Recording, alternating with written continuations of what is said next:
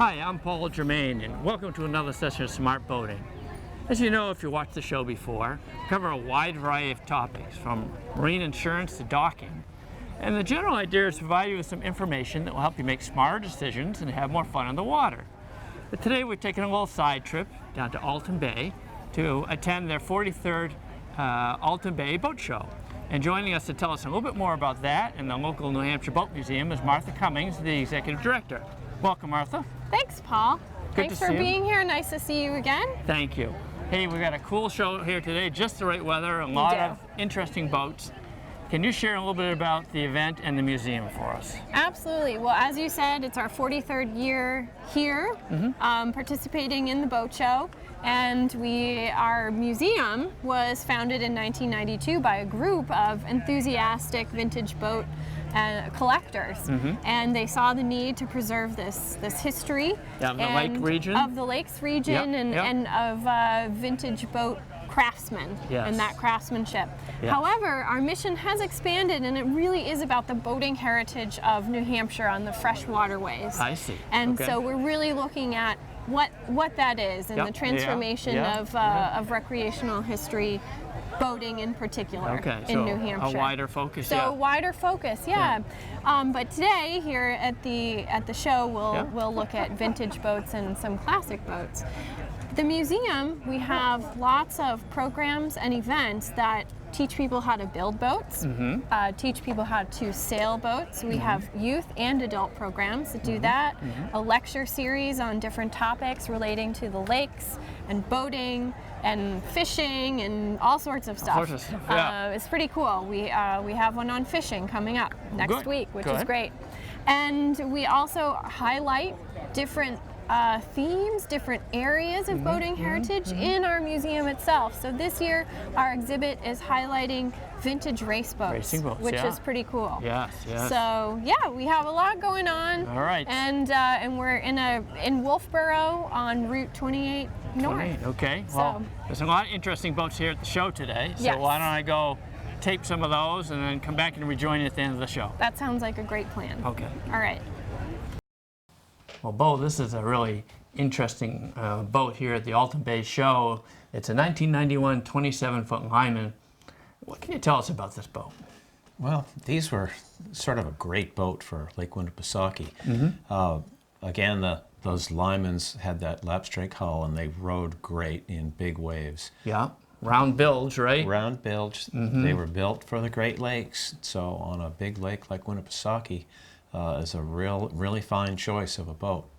And they came by that honestly, right? Because they were started in Cleveland in the late 1800s, and then they moved the facility to Sandusky, Ohio. So they were right on the Great Lakes, right? They were right there, yeah. And we associate Sandusky, Ohio, with Lyman boats. Right. Yep. And Lyman was using the big plywood decks. I mean, I won't say they were cutting costs, but they realized that plywood was a much better material for building. And there's a good shot of it. And and this deck was grooved to look like planking, but it was. Okay. All right. That would be plywood. Yeah. And the big windshields, that windshield wipers, or for rough use, rough water, you could. Easy to use, easy to be around this boat. A lot of space inside here, right? Yeah, they built this boat with either the twin engine or single. Okay. So I understand this has the large V8. Yeah, a Crusader, big Crusader. Yeah, so it will still step right along. I imagine it will. Yeah, that's a nice boat, especially for fishing, hunting, just a variety of activities, really. It's all around use, they were really fabulous boats. Not really constrained by anything. And here we've got a 22-foot Sportsman. This boat is the Betty Keller. It's been on Winnipesaukee for years and years. Yeah, 1940, right? Yeah, I believe. This is pre-war. Pre-war, yes. So, I mean, they introduced it in 1940 or 41. The war kind of interrupted the program for building for all boats. Yes. But they adopted this hull after the war, and it was their most popular model. Oh, it was? Yeah. Yeah. And this is the traditional double plank mahogany bottom. Right. Using what, Philippines or Honduras mahogany throughout? Philippine. Yeah, Philippine. Chris-Craft really was exclusively Philippine. They were. Yeah. double planked bottoms, single plank carvel on batten sides and decks. Okay. Pretty much all varnish. Later on, they put a little paint on their boats on the top sides, but Yeah, that's a nice size for 22 foot. Now, a boat like this would probably have some restoration done over the years, would it? more than likely, yes. But this boat's not had much done to it. What happened? Although, a lot of them have, but this boat was owned by a professional restorer for many, many years. Okay. And he just kept with it. Kept and up with it, sure. he did good maintenance and kept it well, and Right. here it is, a nice survivor. So it's a utility layout with the engine box in the middle. In the middle, that's right. Full complement here. It's interesting the way they added the seating here. Well, the boat was big enough that you could put wicker seats in them, Right. just for added space and added seating. Mm-hmm. But a very nice all-around user boat. Yeah, it looks very well balanced. Now here's a different type of boat, G81. This is a kind of a replica or related to Garwood. Yeah. This boat was modeled after a boat that a local restorer built. Mm-hmm. And he used an early Garwood utility, turned it into a racer. Oh, and it was a very effective, very great performance. Yeah. And then, the guys around the lake liked it so much that there's 3 or 4 of them been built since, mimicking that boat. Okay. And this is one of them. Mm-hmm. So we call them Garwoods, even though I think Fish Brothers over in New York built this. Okay. But it's in the Garwood style, and it's modeled after the Obsession Garwood. Okay. And they put big motors in them, and they all, So did this come off a fundamental design that was just and then reproportioned? Well, it started life, or the model for this boat started life as a utility, so they just modified it and stretched it into a 21-foot racer. Right, right. So it's on the Garwood lines. Yes. But I don't believe Garwood ever actually built one of these in the 30s. I see. Okay, looks very similar but different. Yeah. Right. Kind of a moderate beam here, and then from this look you can see it's got a serious engine compartment there, and this one has a pretty large engine. It's got a big V8 in it. Right. I think it's 400 something horsepower in this boat. So these are high performance for sure. Yeah. So a very light and strong hull, good running design. Yeah. Yeah. And they got the cockpit back here where the raceboat driver essentially would steer it from. Would this be considered like a gentleman's racer? This is exactly what this is. And they can go out and have fun. Yeah. Now this is a very famous boat on the lake. This is the Gray Owl, right? Yep. Yeah. What year was this? The 1928. This was one of right? Chris Craft. Yeah, I'm sorry. 22 foot. And in 1927, Chris Craft introduced the 22-foot boat. Okay. Up till that point, they were only building 26-footers, and they realized that there was a market for a smaller boat. More modestly priced and more modestly laid out. Yeah. And the price went from something in the 4,000s to the low 3,000s.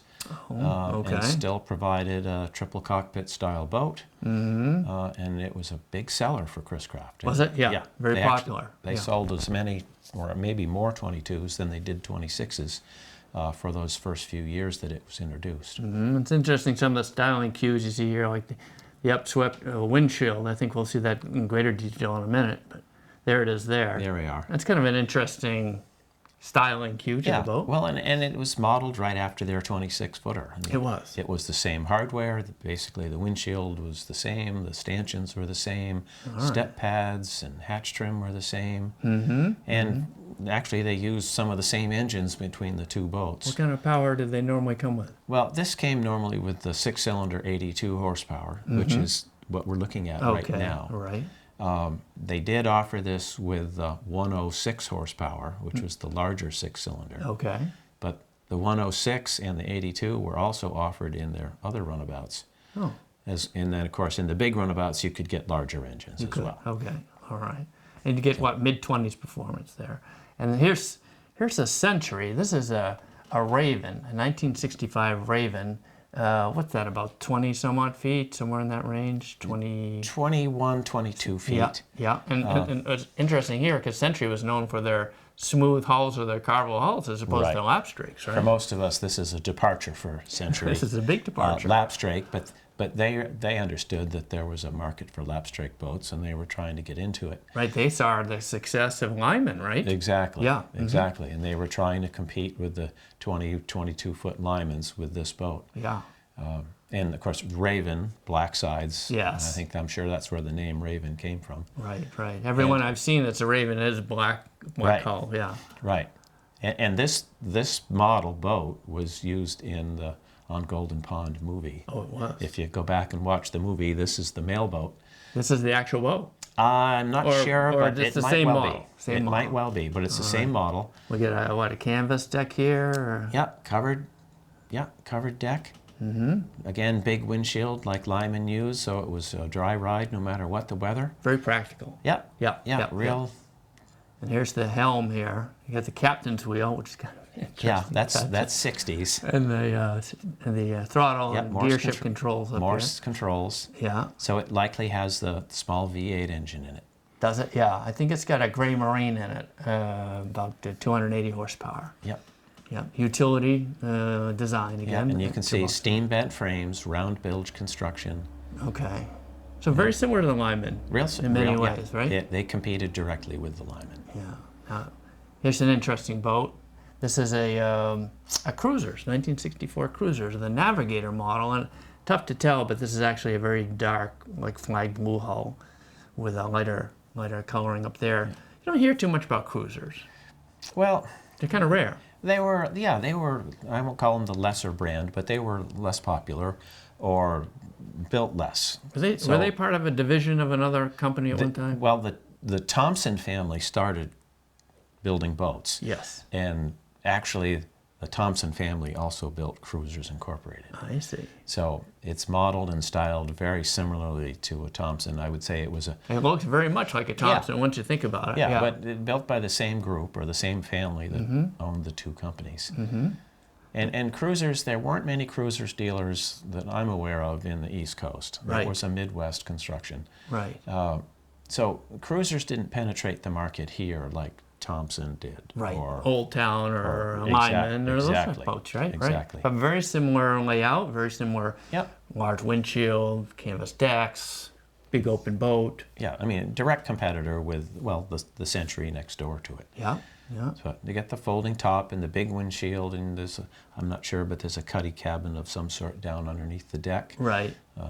And power on this one was an IO, which was interesting. Didn't see many IOs back then. Yeah, this is different in that IOs were just starting to come into their popularity at this point.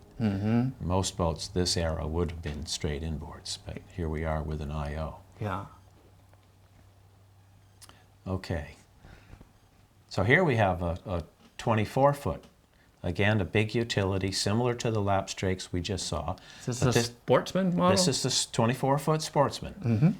Chris Craft built the Sportsman in multiple sizes. Okay. From 17 Sportsman, 18 Sportsman, 22, Wow. 24, and they actually built a 29-foot Sportsman. So these were very popular. Yeah, and for Winnipesaukee, again, this is a great choice because they're big, powerful, seaworthy boats. Same construction, the double plank bottom and the single plank in the hull? Yep, same. I mean, Chris Craft standard. That's what they Yes, did. Okay, those are the materials they were comfortable with. Yeah, They're very good at. And typically this boat would be sold, you could buy this with twin engines, twin small block Chevrolet V8s, or they had single small block, or you could buy it with the 431 Lincoln, which was the biggest of the bunch. So Chris Craft was not being shy about powering up their boats in this era. Yeah. Now we got a hatch here. Was that maybe an optional thing or something that might have gotten added along the way? I think that's added along the way. But there's a little bit of room down below. You can't sleep in it, but there's enough room, so I think that was adding light and a little Oh, I air see. A little for the- ventilation, sure. Right. Sure. But they had the big captain's bench on the left or on the right, and the Yeah. left was another one. You could almost seat 4 people across because those are fairly wide seats. Right. It's well finished off in here. One Yeah. of those covering boards? Ceiling boards. planks, yeah. They Ceiling were always varnished. Yep. They did offer a third seat option, which would sit right in front of the motor box. All right. That's a big Craftsman there. Now this is pure history in terms of the Lakes region, right? This is a 1910 Johnson Laker. Yeah. There were quite a few Johnson Lakers built Were there really? locally. Yeah. Yep. And Were there a couple companies that built them? Yeah, Goodhue and Hawkins, Johnson. Those were the two. Those were the big two on the lake. Okay, and this is the Johnson and here. this is a darned early one. Yeah. It's still in fabulous shape. Isn't that amazing? What was the boat made out of this? Is this oak frames, maybe cedar on top? Yeah, it would have been steam bent cedar frames. Cedar frames. Yeah, and then I'm sorry, oak frames. Oak frames. Cedar planked on top, and then likely mahogany decks based on the color. Yes. Mhm. And that would have been the high grade boat. So that's, I don't know, I'm guessing 22 feet, 24 feet. Or somewhere. more. It Yeah. might be 25 or 6. And maybe a 6-foot beam. Very, Yeah, they are very narrow. very narrow. What was the idea there? Well, the premise was a long, skinny boat went faster than a short, wide boat. Is that right? So okay. everyone was building long and narrow. Yeah. And they had limited horsepower motors back then, so they could coax a little extra speed out of a long, skinny boat. Right. Speaking of motors, this had a Chrysler Ace in it, 1934, 95 horsepower. Yeah. 6-cylinder. Yeah, that's a later, a much later update. motor. Sure, sure. But this probably had a 2 or 4-cylinder motor of 10 or 12 horsepower when it was new. Oh, okay. So, That's quite a difference. yeah, and that 12 or 15 horsepower motor would weigh the same as the current 90 horsepower motor. So that's why they would use the Ace engine in this. So basically they get more power, basically Right. the same envelope there. Right, but the weight would be the same, so the boat would perform or handle the same way. Okay, now here's a slightly newer one. This is a 1925. This is powered by a Gray Marine 75 horse 4-cylinder. What did you see as some of the differences as time passed? You can see the hull looked very similar. Well, I think the hulls are nearly identical. Yes. You can see that the designers have gotten a little more creative, and rather than a square, boxy engine compartment, you see the nice rounded contour. Right. And Yeah. aesthetically, it's a little more pleasing to look at. And the windshields are different between They these are. boats, Yeah. aren't they? Yeah, the windshield on the blonde boat here lays down forward Yeah, on top of moves the forward. light. I mean, you can see the light bars that hold the running lights, and the windshield would lay down on that. Mm-hmm. And contrast the older one. The early one is pivoted Tilted. on the outside, and you actually swing it around to put it in front of you. Interesting. Yeah. Yeah. Each has its merit. Yeah. Again, a long, narrow hull. Yeah, I mean, these are skinny boats. Now, is this the difference in the colors? Is it just the way that it was finished? In other words, do you think It they might use be. similar woods? It might be. They might both be mahogany. One has been bleached, one is stained. And then it might be that, but they used pine decks in the early days a lot all right. too. So it could have been different materials. It could as well. be a different species of wood, right? Right, right. Very simple instrumentation in the new one. Just a couple Yeah, gauges they there. were basic boats. They hadn't gotten fancy at this point. No. But a great ride, right? Just They're a fun. long, thin, They're kind of a enjoyable. V-hull. Very comfortable, right? They cut through the waves. They don't ride over them, so they're very comfortable and smooth. Yes. Well, here's an interesting boat here. This is a replica, if you will, of a 31 Hacker. And Hacker was a very prolific and successful designer of wood speedboats. He right? was. He was uncompromising, and that did not help him as far as being a businessman, but he was probably the best of the designers. Was he really? Yeah. He had a lot of Gold Cup wins early on, didn't He had probably had more wins than any other boat designer going. I mean, some of his boats won the Gold Cup after they were 15 or 16 years old. Really? Yeah. So He had some famous names like Scotty, Scotty 2, El Lagarto was Lagarto, won 3 times. Miss Pepsi. Miss Pepsi. Yeah. I mean, He knew how to design a boat. and he was designing, from the early teens all the way up through the 50s. He was that Yeah, long. still being successful in the 50s. All right. So, a And real this boat tribute. that we're looking at right here is patterned right after one of those. Yep, right? this is right in the Hacker style all the way around. But a modern remake. This was built in Europe, and then Oh, it was built in Europe. yeah, it was, and it was sent to this country unfinished. Okay. And then the current owner is a restorer, and he's outfitted it and detailed it. Wow, what a nice job, huh? Yeah, he does fabulous work. Yeah. It's, So would you do it with an eye towards authenticity to come very close? he's quite a in many purist. cases. Yeah, Yeah. and Yeah. it shows. This is a lovely job. Yeah, yeah. So this is a number of cockpits on this. We get room for passengers here and room for passengers Yeah, seat in number the 2, second and cockpit. then Is this a third cockpit? Yeah, there'll Let's be a see. third seat coming up here shortly. And this got a big motor in it too, doesn't it? Yeah, it does. All right. There's another Chris Craft. This is a triple cockpit, 1929. Nice boat. Nice Yep. boat. Very similar to the Gray Owl that we looked Yes, at a it few is. minutes ago. This is the big brother to the Gray Owl. It is. And the 26-foot Chris Craft is what put Chris Craft on the map. That's the Gray Owl. No, the That's Gray this Owl. one. Gray Owl is 22 feet. Oh, right. This is the okay. big brother. This and is the one that put it on the map. this is the boat that made Chris Craft famous. Oh, okay. They started building this boat in 1922. Mm-hmm. Or this hull. This hull, And they okay. continued it all the way through 1932, and they sold thousands of them. Is that right? Yep. Right. And What did people like about it? Was there some reason that drove the popularity of the boat? Was it Well, the right size, the right price yeah, point?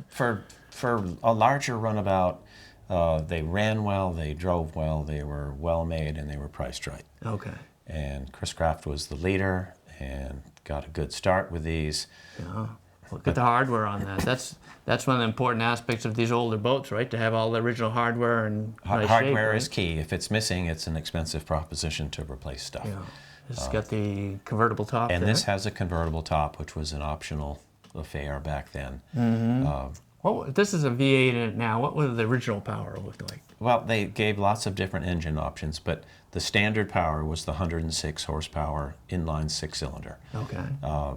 The next step up, you could get, by 1931, you could get it with a straight 8 Chrysler. You could get it with the big Kermath six-cylinder overhead cam engine. Ooh, okay. Or the big engine was the Chris Craft V8, which was 800 cubic inches. There it is. There's a nice looking Century here. This is a Coronado, 1956 Century Coronado. They made a number of models, right? The Arabian, they made the Palomino. Early on, they made the Sea-Maid, they made the Coronado. Right. Coronado was a big deal, though, right? By the mid-50s, Century had figured out what was going to sell. Yeah. And they made a 16-footer, an 18-footer, and they made an 18-foot aft engine, and they made the Coronado. And the Coronado was their flagship boat. Yep. And it started life as 20 feet, and by 1955, they had stretched it to 21 feet. Oh. And they ended up actually stretching it to 22. But this is the 21-foot version. Okay. And Century was not shy about putting real horsepower in these boats. This has the Cadillac V8, Oh, it does. which is 300 horsepower. Yeah. in it. That's a lot. And this was this a little lighter boat than the Chris Craft because of the construction? They used a single plank bottom as Right. opposed to a double plank. They right? used single plank batten seam bottoms. The premise was it was much easier to repair, and Yes. that was the Right. promotional aspect of it. But you can see there's two the seats crew aboard. forward. You can walk through the whole thing without climbing Oh, over that's something. nice, yeah. It was a nice layout, Yes. appointed real well, full of gauges. Yeah. And pretty much the standard power would have been, common thread would have been V8s, right? In a boat Mostly, like you this. could get this boat with the Chrysler Crown 135 six-cylinder, but almost everybody opted for the V8s Yeah. because it made a performance boat out That's of it. why they were buying the boat. Now this is a 1998. They call it a Gold Cup. Got a big Chevy in it. Custom. This is a custom boat. Yeah, isn't this it? is a custom-built boat. This boat was actually constructed in Australia It was and shipped to this country unfinished. unfinished, meaning he got the hull and the deck and nothing else. Yep, got a hull and a deck. Okay. And the owner did all of the finish work, all of the outfitting with instruments, gauges, upholstery, trim, lettering, whatever. Engine, correct. Right. Right. So, So in Australia, huh? Did they Yeah. make a few of them, or was yeah, this? the guy's name was Paul Dewhurst in Australia, and he ran a boat shop and I think he made 25 or 30 boats Did of he? different varieties and sent them to the U.S. Okay. Yeah, and this is a large boat. This is 31 or 32 feet. That's a big boat, yeah. When you think about Gold Cup, oftentimes you think about boats with big engines, but just a little bit shorter than that, right? Yeah, well, every pound that you don't have to pull around with the engines, It gives you a little more speed. the more stuff you have, the slower you go. So Gold Cup boats tended to be very Spartan and as small as the class would allow. Well, there's no shortage of motor here. This is a Chevy 502 pushing about 500 horsepower, I Yeah, guess. no, it's a it's a high performance boat. This is a serious boat right Yes, here. it is. Yeah, he has a lot of fun with this. Yeah. So he built that out and did the hardware. And here's a view of the interior, if you will. Interesting, because oftentimes you see the steering wheels on the right side of boats, but racing boats oftentimes have it on the left. They were on the left because, of course, they went counterclockwise. Oval, yeah, a certain on an oval all the course. time. So Yeah. then you were close to the buoys. Yeah. A lot of wood in this boat. If you look at the way the seats are backed and everything, Yeah, there's a lot of varnish there to take care of. there is a lot of ours. But nicely done. Yeah, interesting hull shape too. The way it curves around, comes in. Here's another Century, a Resorter, a 1965 Resorter. Where did the Resorter fit into the Century line? Well, I mean, this is a little later. This is in the 60s. Yes. But that same basic lineup was still in place. They had the 16-footer. The 18-footer was dropped. So they introduced the 17-footer. Then they had a 19. And then they had the Coronado, which was 21 to 22. So this was the smaller of the bunch, not the 16, but Yes. this was the more popular boat because you could put 6 adults in it. I see. The 16-footer really was a 4-person boat. Okay, yes. And again, this boat's still a good water ski boat. Oh, so I bet. So it served plenty of purposes. Yeah. And the Century dealer was on Winnipesaukee, of course. So, you know, he filled this lake with good 17s. And Right, so light, fast boats. Got the canvas covering here and some of the detail. All the Centuries had full upholstery. a full complement. Full complement Yeah, of cushy seats, you know, just thick seating. They were real comfortable boats. A lot of styling cues off the automotive at that time. Yeah, and they had learned from the automobile industry. Yeah, So- you feel like you're sitting right there in a Right. 1965 Chrysler Yeah, or the Chevy. big steering wheel and the shifter on the column, just like the automobile, and a foot throttle Yeah, or a pedal. yeah. And they put big engines in this boat. I think Yeah, this this is has a Ford 390 in it. yeah, that's 285 horsepower. That's a serious boat. Well, Martha, it's hard to believe, but it's time to wrap up the show today. I know. We've got some really good film on really interesting boats that's here at the show. Before we wrap it up, is there anything you'd like to add? Yeah, quick plug for the museum. Our future is bright. We're looking to move to a property that is on water in Wolfborough's Back Bay. And so we're currently fundraising for a new building that would be year-round, which is fantastic. You can find out more about our project on nhbm.org, as well as all of our events and programs and hours. And in September, we are going to have a vintage raceboat regatta in Wolfboro Bay. So it's a great exhibition of those vintage raceboats that I was talking about earlier. Yeah. So you'll get to see them. It's loud, it's fun. So come on down. Excellent. Thank you so much, Paul. Thank you, and thank you, Smart Boating viewers, for tuning in today. If you have comments or questions, come to the website, www.smartboatingus.com. Thank you.